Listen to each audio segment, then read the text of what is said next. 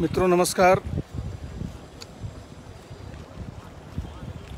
माननीय प्रधानमंत्री जी के आगमन के 2 दिन पूर्व आज अयोध्या में आकर जो वस्तुतः स्थिति देखने का मन हुआ, उसी के तहत आज आपके सामने लाइव प्रसारण प्रस्तुत करने का प्रयास कर रहा हूं। अयोध्या में उत्साह का माहौल है।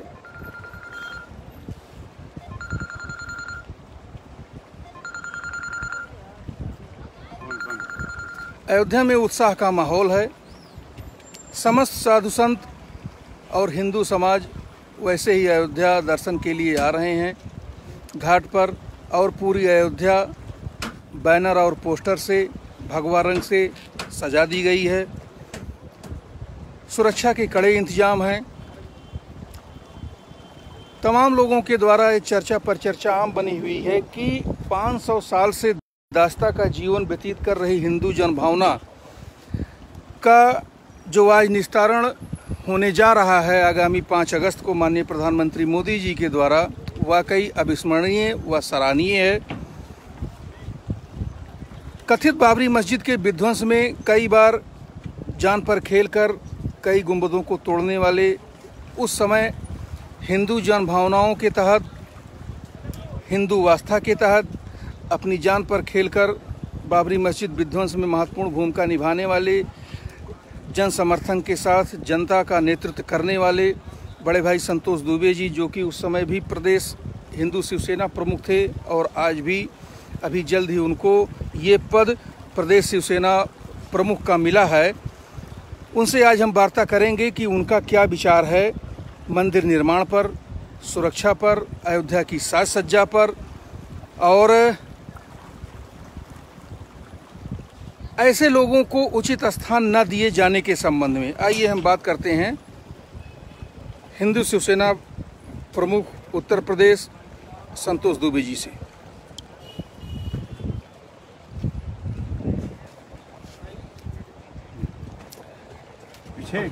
ये राम मंदिर निर्माण की शिलान्यास कर प्रधानमंत्री जो इतिहास रचने जा रहे हैं हिंदू जनभावनाओं को ध्यान में रखकर, उस पर आपका क्या कहना है? ऐतिहासिक क्षण तो है, इसमें कोई दो राय नहीं है, लेकिन ऐतिहासिक क्षण में भी कुछ त्रुटि बहुत बड़ी हो रही है धीरे से। और वो त्रुटि ये है कि जो देश का सवासोपूर्ण हिंदू चाहता है, जैसा कि माननीय प्रधानमंत्री जी ने स्वयं कहा था संसद भवन में ट्रस्ट की घोषणा करते हुए, और माननीय गृह मंत्री ने, दोनों लोगों ने, एक ने झारखंड की रैली में कहा था कि आसमान छूता हुआ गगनचुंबी मंदिर बनाएंगे, और उन्होंने कहा था प्रधानमंत्री जी ने कि दुनिया का सबसे भव्यतम, दिव्यतम, सुंदरतम, विशालतम 8वां अजूबा ऐसा मंदिर हम बनाएंगे। लेकिन दुखद यह है कि ऐसा कुछ होने नहीं जा रहा है। हम लोगों ने पिछले 2-2.5 महीने में बहुत बार इस मांग को, उन्हीं की मांग को दोहराया और जनता के बीच में रहे हैं और हस्ताक्षर अभियान चलाया, और वो कापी भी पहुंचानी है प्रधानमंत्री जी तक। उनसे ये मांग की जा रही है कि आप जो कह चुके हैं पूर्व में, उसका जो आपने वादा किया था उसको निर्वाह करिए, क्योंकि इस ट्रस्ट में जो शामिल लोग हैं वो दागदार व्यक्ति हैं, जिन लोगों ने इस ट्रस्ट को पहले भी, जो शामिल हैं पहले भी इस आंदोलन में उनकी कोई भूमिका नहीं थी, और कमीशन के लिए जो जाने जाते रहे हैं वही लोगों के जिम्मे लगाया गया। एक गांव में कहावत कही जाती है, जो छिनार वही डोले के रखवार, तो इज्जत तो राम बचाओ में। दूसरे इस ट्रस्ट में एक और बड़ी कमी हो गई कि जिस राजा का ये मंदिर बनने जा रहा है, ये रघुवंश परंपरा का है। मनुना मानवेंद्रा नाम स अयोध्यापुरी निर्मिताम, जिन राजा मनु की ये नगरी है, जिन्होंने निर्मित किया था इस अयोध्या को, और जिन राम के लिए हम 10 लाख लोग हमारे पूर्वज बलिदान दिए, 500 वर्ष संघर्ष चला, हम सब ने लाठियां गोलियां खाई, बर्बादी झेली, उस रघुवंश परंपरा का एक भी व्यक्ति इसमें शामिल नहीं किया गया। ये मेरी अपनी शिकायत है। इस ट्रस्ट में एक भी सूर्यवंशी नहीं शामिल किया गया। क्या सूर्यवंशी इस पृथ्वी पर रह नहीं गए, या उन्हें तराशा नहीं गया? सुप्रीम कोर्ट ने मांगा था कौन है सूर्यवंशी, तो हजारों लोगों ने वहां जाकर के प्रस्तुत होकर सुप्रीम कोर्ट के समक्ष कहा था हम है राम के वंशज। और इसी अयोध्या में तमाम आसपास सूर्यवंशियों का डेरा है, जमावड़ा है, उनको क्यों नहीं रखा गया? दूसरी बात हम मांग करते हैं कि जैसा प्रधानमंत्री जी के अत्यंत निकट के मंत्री माननीय अमित शाह जी ने कहा था, गगनचुंबी आसमान छूता हुआ मंदिर, हम उसी को दोहराते हैं कि 14 कोसी परिक्रमा में हम कहीं भी खड़े हो जाएं। आज जैसे लॉकडाउन, कोरोना महामारी चल रही है, इस तरह से फिर कोई बीमारी आवे, फिर कोई समस्या आवे और हम रामलला के दर्शन करने न जा सकें तो कोई बात नहीं है। हम जहाँ खड़े हों, अपने घर के छत पर खड़े हो जाएं, वहीं भगवान राम की दिव्य शिखर का दर्शन कर सकें, यह तो अपेक्षा हम करते हैं। और ये बात उन्होंने ही कही थी। दूसरी बात यह है कि ये जो पत्थर लगाए जा रहे हैं, पीछे राम की पैड़ी है। राम की पैड़ी 100 वर्ष पहले, जो 100 वर्ष पहले जो मंदिर बने थे, वो उन्हीं पत्थरों से बने हैं जो वर्तमान में राम मंदिर में लगने जा रहा है। वो सब टूट कर गिर रहे हैं, मंदिर सब जर्जर हो गए हैं। ये मंदिर जो बनाया जा रहा है, ये उन्हीं पत्थरों से बनाया जा रहा है। सी ग्रेड के पत्थर हैं। ये 150 वर्ष की आयु रखता है। वहाँ के कारीगर बताते हैं 150 वर्ष की आयु। नहीं, कम मौका मिलेगा। हमारी नहीं, 125 करोड़ हिंदुओं की अपेक्षा है, पूरे देश की इच्छा है कि जाने कब ऐसी स्थितियां में, इसलिए संगमरमर पत्थर से इसे बनाया जाना चाहिए। जब और ऊंचाई इसलिए होनी चाहिए कि जब सरदार वल्लभ भाई पटेल की मूर्ति 186 मीटर ऊंची लगाई जा सकती है, ये इन्हीं प्रधानमंत्री जी ने लोहा मांग मांग कर लगवाया था। तो भगवान राम जिनके नाम पर ये लोग सत्ता पाते हैं, क्या उनका 251 मीटर ऊंचा मंदिर नहीं होना चाहिए? तो अभी तो कुछ ऐसा होने नहीं जा रहा। बड़ी लड़ाई के बाद 2 शिखर से 5 गुंबद बन गए, 1 एकड़ से 5 एकड़ हो गया, 128 से 161 हो गया। लेकिन इतने से काम नहीं है। इसको दिव्यतम भव्यतम दुनिया का 8वां अजूबा अगर बनाना है तो करोड़ों राम भक्तों की भावनाओं को समझना होगा। अन्यथा तो हम लोगों ने पहले मुस्लिम बाबर से लड़ाई लड़ी थी, लगता है भविष्य में हिंदू बाबर से लड़ना पड़ेगा, क्योंकि इस ट्रस्ट की मंशा मुझे उचित नहीं लगती कि अच्छे लोग हैं इसमें। 2-3 ऐसे लोग हैं, वो कहते हैं कि रामलला छोटे हैं तो मंदिर छोटा बनाया जाएगा। ये कौन सा विषय है? इसलिए पहली चीज तो जिन राजपूत राजाओं का मंदिर है उनको एक जरूर शामिल होना चाहिए, उनका प्रतिनिधि होना चाहिए। अब बाहर के लोगों को लाग कर दिया, अयोध्या का कोई है ही नहीं है इस पूरे मामले में। राजा साहब नहीं, बिमलेंद्र मोहन जी तो हैं। खुद ही मैं कह रहा हूँ, एक राजा साहब अयोध्या को छोड़कर कोई आदमी यहाँ का नहीं है स्थानीय, सब बाहरी हैं। तो डॉक्टर अनिल मिश्रा भी यहाँ के नहीं है, वो अम्बेडकर नगर जिले के। और जो इस आंदोलन में नहीं थे, क्या रोल था उनका? मैं उनका नाम नहीं लेना चाहता हूँ, पर उनका रोल क्या था इस पूरे राम जन्मभूमि आंदोलन में? उनका अपना रोल क्या था? शून्य।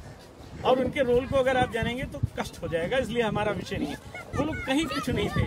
आज इसमें जो शामिल लोग आपको दिखते हैं, इन लोगों ने राम जन्मभूमि के लिए एक लाठी नहीं खाई, एक दिन जेल नहीं गए, संघर्ष नहीं किया, रक्त कौन के पसीना नहीं बहाया है। दुखद ये है कि आज उन कारसेवकों को जिनके परिजन मारे गए, जो खुद चले गए, तो उनको पूछा नहीं जा रहा है। कोई अच्छा, ये उनको अपने पूछने के लिए कोई शिकायत भी नहीं है। और न उन्होंने ऐसा किया, इसलिए उनकी इच्छा भव्य राम मंदिर की है। तो भव्य राम मंदिर बने, यही हम सब अपेक्षा करते हैं। पूरे 70 एकड़ में बने, ये अपेक्षा करते हैं। इस सुअवसर को आने में जी, प्राप्त करने में जी, जिसको सरकार के द्वारा भुनाया जा रहा है या प्रयोग किया जा रहा है, कह सकते हैं, आप लोगों के द्वारा जो संघर्षमयी जीवन सन 90 से 92 से 89 से स्टार्ट हुआ, आप लोगों के द्वारा जो अथक प्रयास किया गया, आप उसके बारे में कुछ बताइए। बंधुअर में 86 से इस आंदोलन से जुड़ा हूँ। मैं हाई स्कूल में पढ़ता था, उस समय से मैं जुड़ा हुआ हूँ। और ये संकल्प लिया था कि हम अपने लिए तब तक घर नहीं बनाएंगे जब तक राम का मंदिर नहीं बनेगा। हम कुटिया में रह लेंगे। आप मेरा घर देखते हैं, जानते हैं, मैं क्या बताऊं आपसे। अपने लिए कुछ नहीं, कोई साज सज्जा नहीं है। सरलतम जीवन जीता हूँ, रुद्राक्ष की माला पहनता हूँ, भगवा वस्त्र धारण करता हूँ, बहुत सस्ता जीवन जीता हूँ। सरसों के तेल के अलावा कोई तेल नहीं प्रयोग करता हूँ। मैंने जीवन में सेंट नहीं लगाया, कोई नशा नहीं किया, पान नहीं खाता हूँ। अब तो राम के लिए समर्पित लोग हैं। वह हम अपने त्याग की कथा क्या बनाए, कोई मतलब थोड़ी हो। तो ये तो अपने नहीं, आपके द्वारा उस आंदोलन के दौरान बाबरी मस्जिद विध्वंस के दौरान गोली भी शायद आपको लगी थी? शायद नहीं, बिल्कुल लगी थी। 4 गोलियां लगी थी। पर उन गोलियों का ये शुभ अवसर है कि आज फैसला आया। नहीं तो आप जैसे लोगों, संघर्षशील लोगों को क्यों दरकिनार कर दिया गया? अरे हमेशा दुर्योधन ने युधिष्ठिर को किनारे किया, हमेशा कंस ने अपने पिता से उग्रसेन को जेल भेज दिया। कोई नई बात है क्या? हमेशा रावण ने विभीषण की सलाह नहीं मानी। वो तो सचु वैद गुर 3 जो प्रिय बोले ही भयास, राज धर्म तन 3 को हो ही बे गई ना। सो किसी बात मानते हैं? अर्जुन को कौन पूछता है? उनको वनवास मिलता ही है, उनके सहायक कृष्ण होते हैं। कौन सुनता है विभीषण को? वो समुद्र के इस पार आकर राम के शरणार्थी बनते हैं। कौन सुनेगा? दुर्योधन के द्वारा परिष्कृत दुष्कृत धिक्कारित हुए पांडवों की आवाज कौन सुनेगा? सत्ता सता कर मिलती है, झूठ बोल कर मिलती है, गुमराह करके मिलती है। सत्ता में बैठा हुआ व्यक्ति सोचता है मैं विक्रमादित्य हूँ, मेरे नीचे से कुर्सी जाने वाली नहीं है। उसको आगे का लक्ष्य दिखाई नहीं देता है, भविष्य में क्या होगा, उसे वर्तमान दिखाई देता है।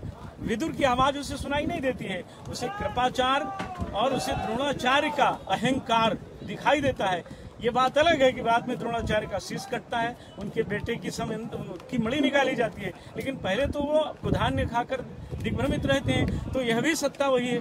जब 100 वर्ष की सत्ता का ये आलम था, तो 5 वर्ष की सत्ता अच्छे काम कैसे कर सकती है? 5 वर्ष की सत्ता तो और कमजोर होती है, उसका दिमाग और कमजोर होता है। तो तब से राज किया था और राज के बाद नाश किया था। नाश करते हैं लोग, कोई किसी को मानने को तैयार नहीं है। हम लोग अपेक्षा कर रहे हैं बार बार, हम कोई टिकट मांगने जा रहे हैं क्या? हमने कभी उनसे कोई अपेक्षा की, कोई चिट्ठी लिखाई? हम उनके पास जाते नहीं हैं। हम तो अपेक्षा करते हैं कि जिस राम जन्मभूमि के लिए इतनी हम लोगों ने लड़ाई लड़ी और पूरा देश जिसके लिए लहूलुहान हुआ, उस राम जन्मभूमि का मंदिर जब एक बार बनने जा रहा है तो ऐसा मंदिर बने कि दुनिया में फिर उसके समान कोई मंदिर न हो। लेकिन आपके पास सत्ता है, आपके पास बल है, बुद्धि है, कौशल है, विवेक है, ज्ञान है, अहंकार है, दंभ है, मान है, मद है, आपके पास चैनल है, आपके पास अखबार है। आप जो बोलेंगे वही सब बोलेगा। वही दुर्योधन था, सारे चैनल उसके साथ थे, यही तो चैनल थे। यही द्रोणाचार्य, कृपाचार्य, अश्वत्थामा, यही थे। रावण के चैनल कौन थे?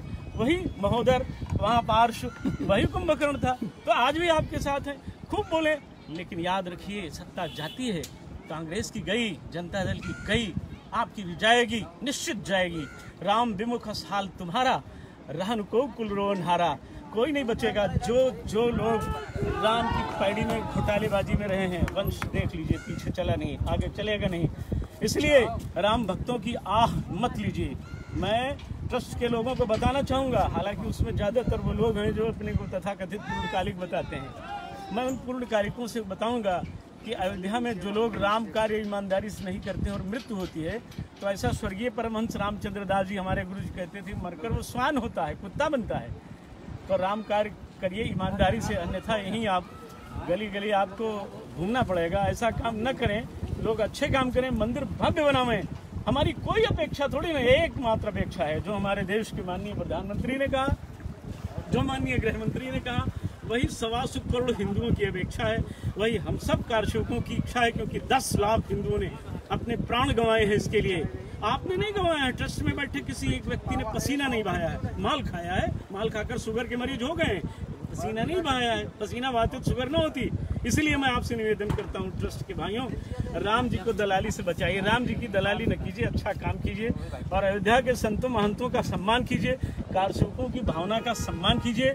और ये आज जो आप नाच नौटंकी कर रहे हैं, बहुत चलेगी नहीं, ये चलने वाली नहीं। 4 दिन की चांदनी है और इस चांदनी में कहीं ऐसा न हो जाए कि आपका नुकसान बहुत बड़ा हो जाए।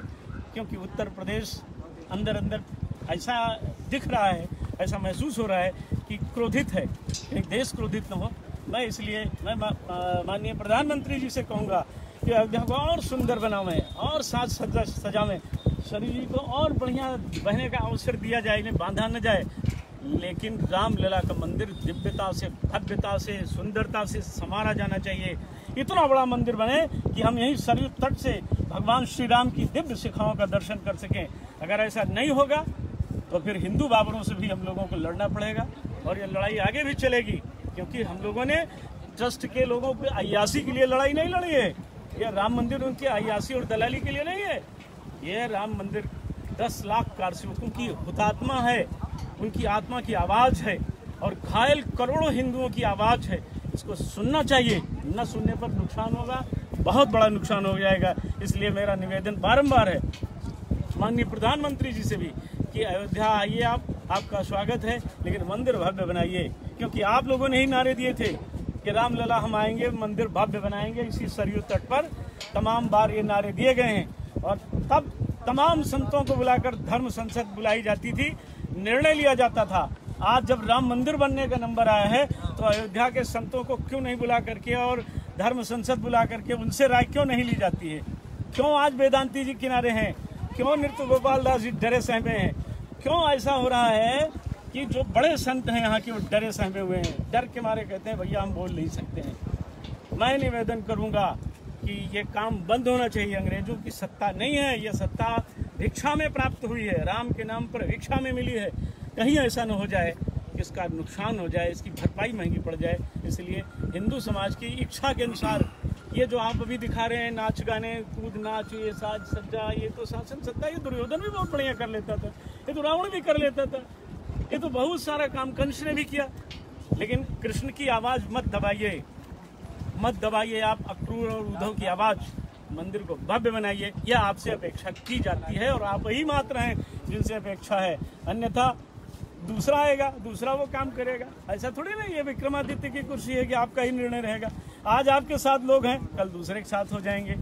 ये नियम है, संसार का नियम परिवर्तन है, होकर रहेगा, इसे टाला नहीं जा सकता है। सरयू जी में आज बाढ़ देख रहे हैं आप, 2 महीने बाद आइएगा आधा हो जाएगा पानी, अगले 2 महीने बाद आएगा चौथाई हो, उसके 2 महीने बाद आएंगे सोती रह जाएगी।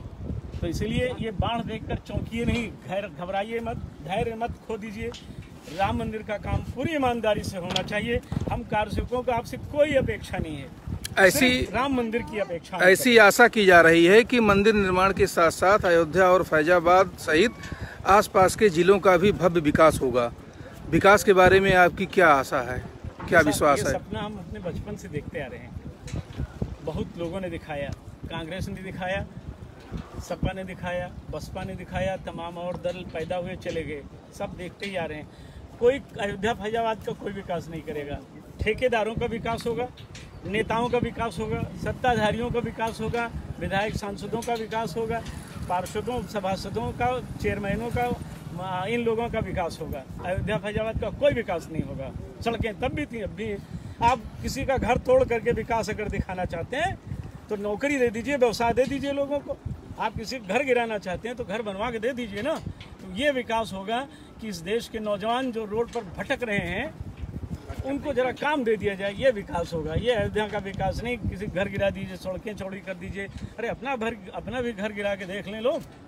ये विकास केवल ठेकेदारों का, इंजीनियरों का, उससे जुड़े हुए कर्मचारियों का, अधिकारियों का, नेताओं का, नौकरशाहों का विकास हो रहा है। अयोध्या फैजाबाद का कोई विकास नहीं। बताइए क्या विकास दिखा आपको? मुझे तो नहीं दिखा।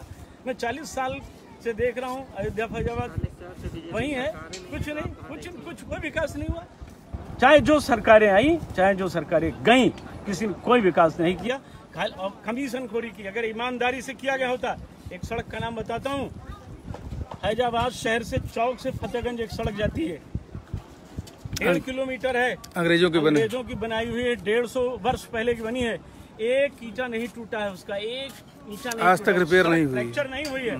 आप कौन सी सड़क बनाते हो कि तीसरे महीने राम की पैड़ी तक टूट कर खत्म हो जाती है? ये ईमानदारी अगर आपको अच्छी लगती है तो आप करते रहिए, कौन रोकता है? धन है, लूटिए, खर्च कीजिए, अपनी जेब में भरिए, कुछ दिखा दीजिए। ये जो 50% कमीशन का काम हो रहा है, इससे देश आहत है, इससे गरीब पीड़ित हैं। टैक्स आप ले रहे हैं, टोल प्लाजा लगा देते हैं, आप डकैती डाल रहे हैं, सभी सरकारें कर रही हैं, तो एक नहीं। और सारे ठेकेदार मिलकर लूट रहे हैं देश को। लेकिन सच बोले कौन? सबको जेल जाने का डर है, अपनी हत्या होने का डर है।